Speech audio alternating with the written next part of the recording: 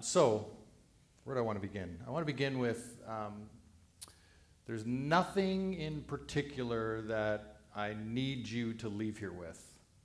So what I'm trying to, in other words, I didn't really come here with some idea that we could judge or throw up on a wall and look at and debate and discuss.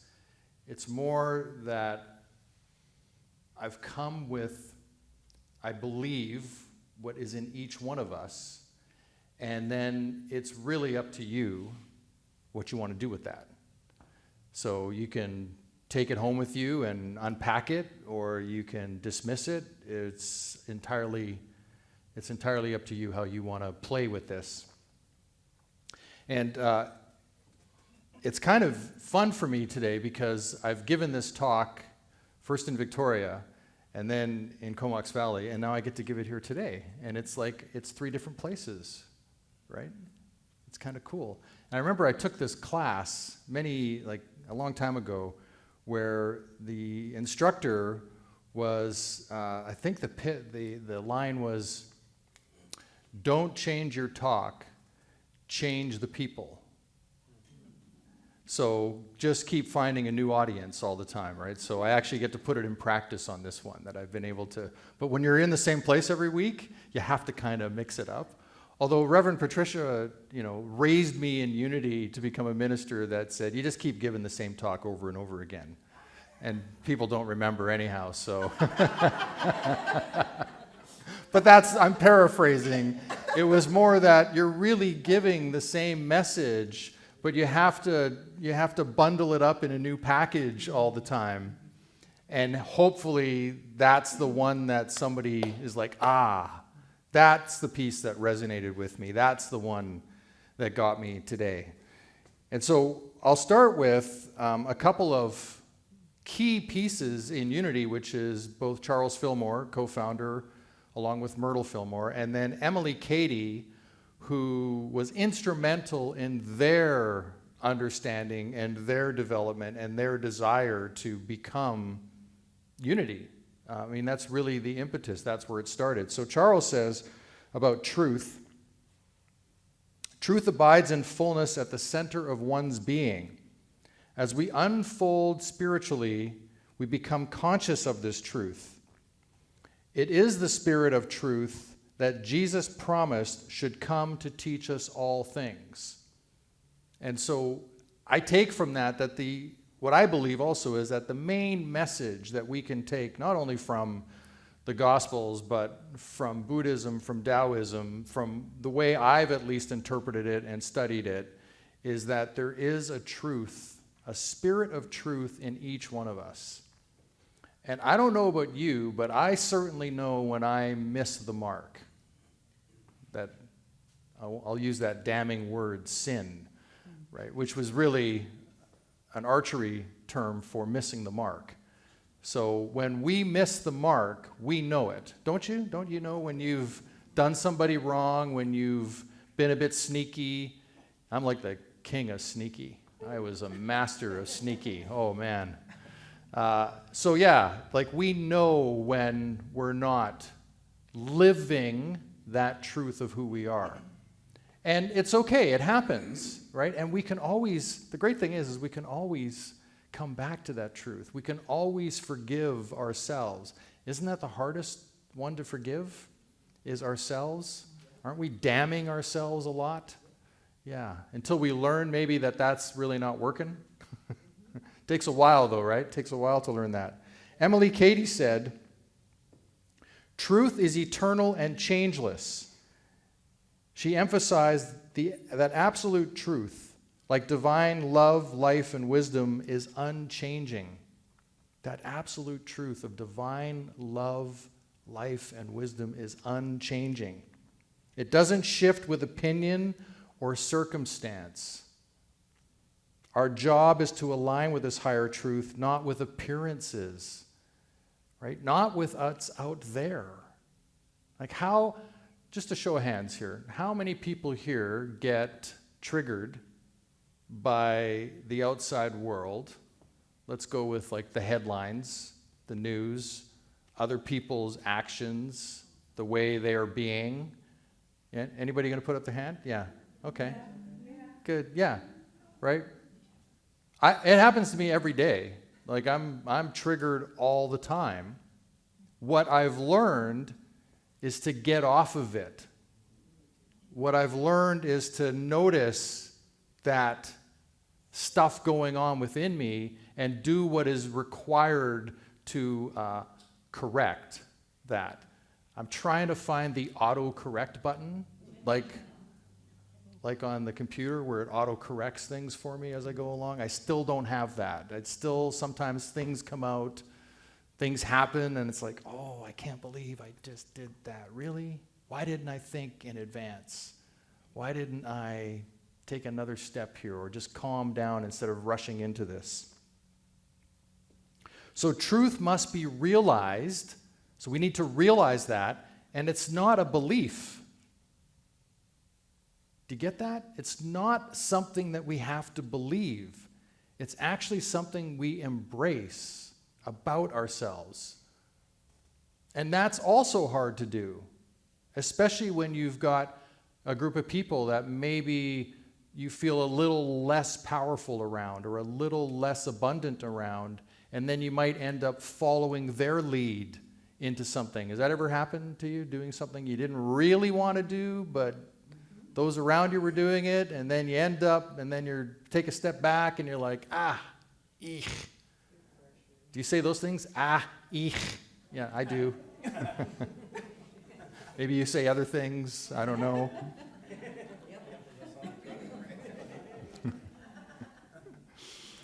Yeah. So intellectual belief is not enough. Truth must be felt, affirmed, and lived through spiritual realization. That's principle number 5 of unity. Live the truth you know. Setting ourselves up to live that truth. So I've got 7 key things here that I've uncovered that we can talk about a little bit. So truth isn't just learned, it's lived.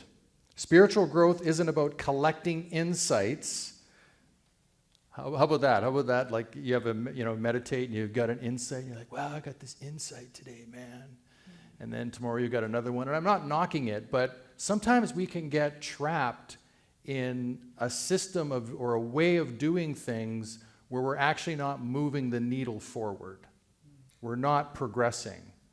And so we also need to analyze what we're doing from time to time. So spiritual growth isn't about collecting insights, it's about practicing them in the everyday, when it's easy and when it's not. And if you have those days where you say like, oh, I've meditated enough today, you probably need some more. I only need to do 2 minutes now. That's all I need.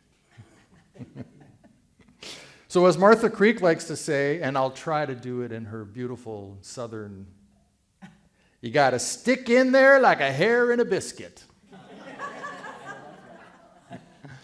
So those that don't know Martha Creek, she gave the keynote at the Unity Canada conference, and she has spent the last 25 years of her life serving those that serve. That's her tagline. So she's works with ministers from all faiths. It's interesting, she was actually redirected by Unity. She wanted to become a Unity minister, and they redirected her. And now she works with all the Unity ministers. It's pretty hilarious. And I have a morning call with her every Monday morning with a group of ministers and her, and she's just miraculous, actually. Her approach to solving issues and overcoming things is very clear, and it's also has that beautiful humor of you got to stick to it like a hair in a biscuit, which can just kind of break the ice a little. Number 2, knowing truth calls us to embody it. So we already carry divine wisdom within us. The invitation is to trust it. So I like to think of it as that little thing in the belly where you're like feeling like, I don't know if I should do this, and then you do it anyway, and then you end up, I don't know how long your block has been sometimes, but the block that I went around for quite a while was really long, and then I ended up right back where I started and went, okay, I should have done this the first time and not taken that other road, although there was probably some good lessons in there for me. So the invitation is to trust it and to walk that talk, right? Walk that feeling inside of us. Own it, love it, appreciate it. Be strong in it. It's hard to do, but that's what we can do for ourselves. People respect you when you know who you are. When you act the way you say you're going to act, when you do the things and follow up the way you said you would, that all becomes part of attracting the people around you that you want to be with. And you'll all start to support each other and lift each other up. It's in the doing that transformation unfolds, right? We need to be, and then we need to live that truth. So we be it, and then we live it. Whether it's forgiveness, speaking up, setting boundaries, or choosing love over judgments, it's in the doing and beingness that transformation unfolds. That's what gets us transformed. Your life is your teaching. How you show up is the sermon. How you show up in your life is the sermon. When we live truth, others just don't hear it, they feel it. I like to think of that when you really see a performer who's fully invested. It moves you. And they may make mistakes all over the place, but they're so invested and so engaged, you are drawn into that because it's so pure and real. That's what you just, you're like, hey, that was amazing. So here's an example. I just thought of this now. This is great. I get to talk about my favorite band in the world. I love it. Anytime I get to talk about Rush is a good day for me, especially in a spiritual center. So, so at the Unity Canada Conference, we went to the AIM, the annual intention meeting for the board, and it was myself, and I think there was 8 of us in total. And somehow, I magically convinced 5 women to stay up late one night, like way past their bedtime, and watch the Rush documentary with me. It was like you want to talk about the ability to convince people to do something? That was like the height of all my powers somehow came out in that moment. And I had 5 women who do not listen to progressive rock and roll at all stay up and watch the Rush documentary with me. None of them left. And they all loved it when it was over. And they all saw something about me they didn't know, which was great. Like they saw how that's kind of has shaped my life. So that was good. And then last weekend, I went to Surrey, and there was a band there called New World Men. There was a song called New World Man by Rush, and they were a Rush tribute band. And I've never gone to see a Rush tribute band. And so I went over there talking myself off of Judgy Judgerson, because you know how I was like, who thinks they could play Rush? This is ridiculous. Who do these guys think they are? So I was like, I'm not going to have any fun if I show up that way, if I'm just sitting there judging them every step of the way. They were awesome because they just played. They didn't, they tried to sound like them, but not play like them. They didn't try to emulate them. They just tried to give it their heart fully, which is what that band did. So it ended up being amazing. They had a standing ovation. And these are Rush fans. Like, Rush fans are pretty, don't mess with my Rush, Like, it's a pretty protective box we live in. So this is very true. How you show up is important. It's not perfection, it's practice. We're not being graded, we're being called to return again and again to alignment with spirit, with love, with what we know to be true. It's not about having the perfect meditation. It's not about having the perfect practice. It doesn't exist. It's about the practice. It's about doing it on a daily basis.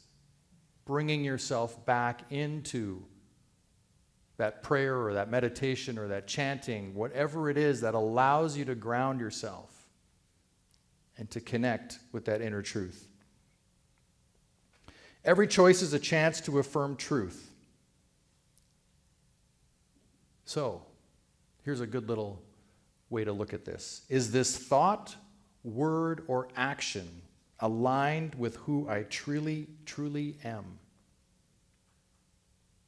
You all know what I'm talking about, right? Those moments when we're not that. So isn't it really good to take a pause sometimes and go, is this really the text I want to send?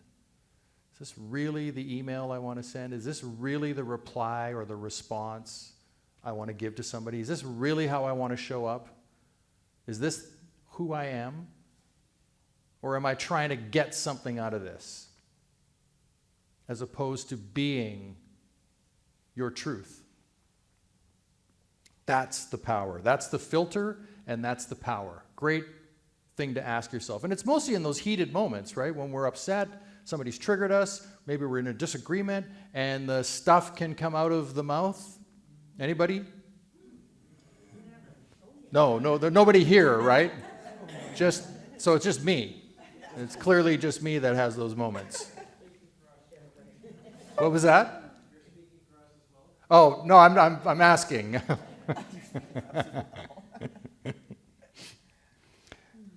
When we live the truth we know, we change the world.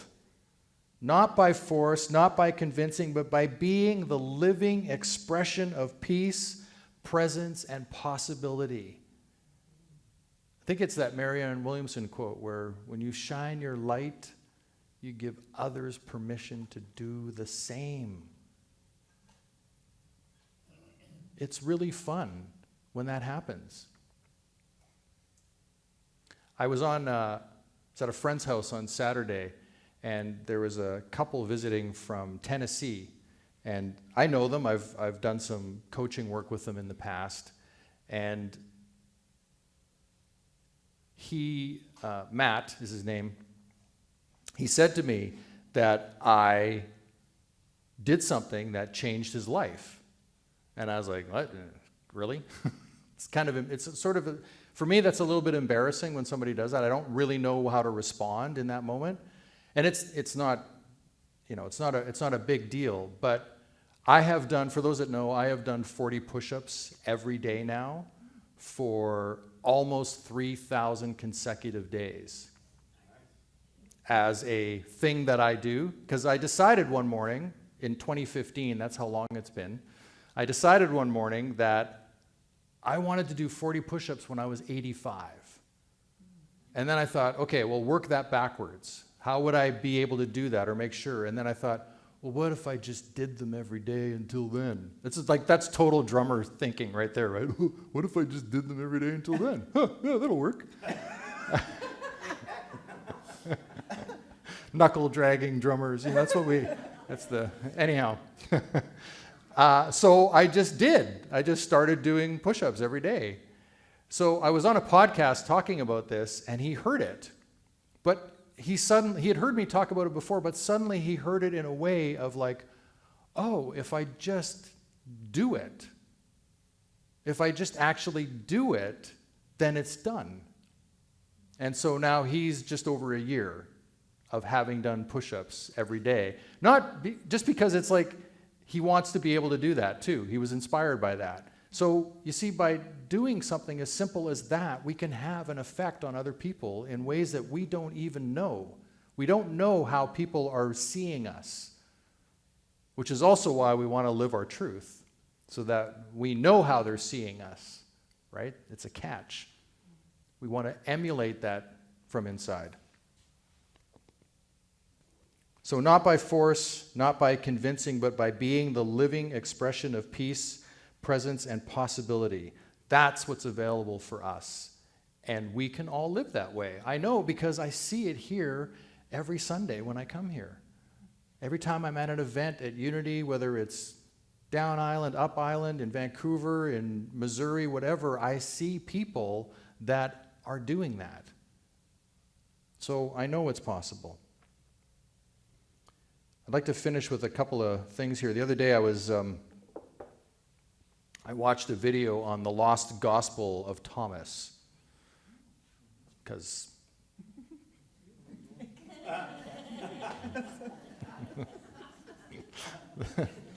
that's so me to do that. What did Thomas have to say? It's probably pretty cool.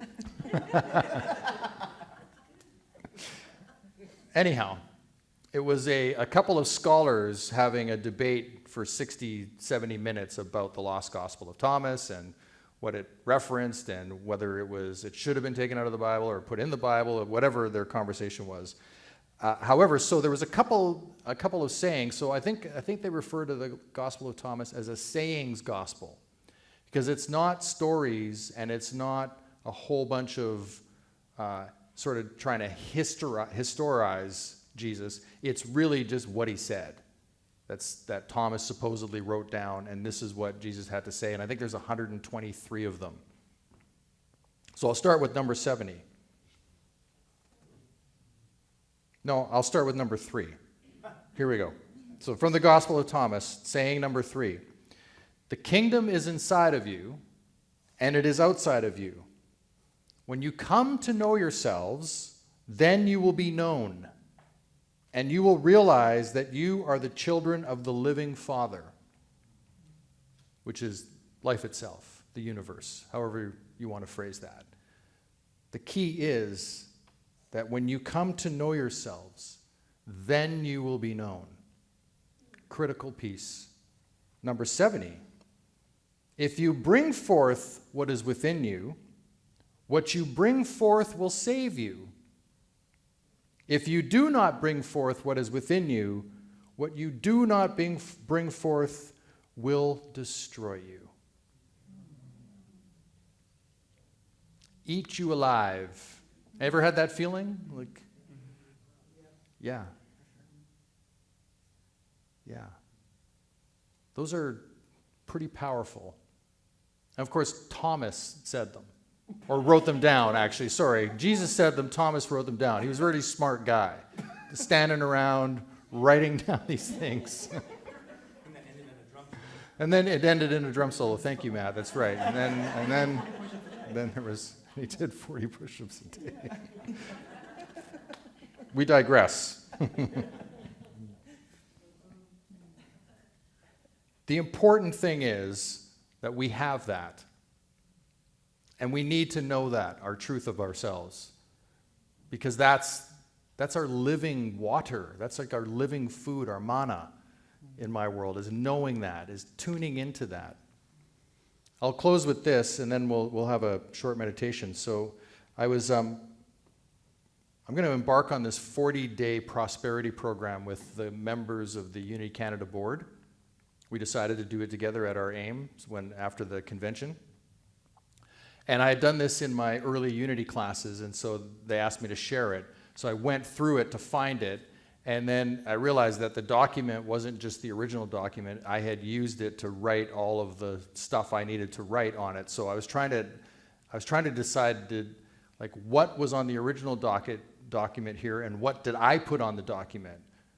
Because when I was reading the things, I was like, there's no way I wrote that. In 2018, there's no way. Who wrote this? It wasn't me. So I went and found the original on the Unity website, and it's like, I wrote this stuff.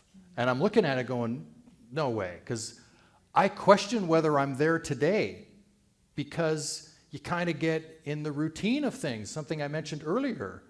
And then the one day is after another, and you don't, at least for me, I feel sometimes like, am I really spiritual? I don't know. Today I'm not having that kind of vibe. I don't know if you have that experience, but I do. Anyhow, here's what I wrote, to my surprise.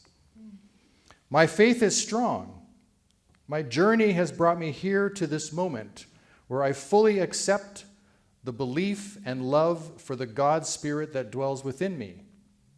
I feel the calming strength of my guided will toward the truth that comes from within me. I see the power in trimming and chipping away all that is unnecessary. All that I am blooms from the core of my being. Love, tolerance, faith, imagination, will, and oneness. I have already been granted all that I desire, and all the truth that is in my heart is readily available. I am a radiant, beaming child of God, full of wholeness and truth. I want to demonstrate in the world that all is already given, that love is all, forgives all, heals all, and provides all. God is my source, and my faith is strong, that we are all one and acting in union of consciousness, that by giving, I am receiving.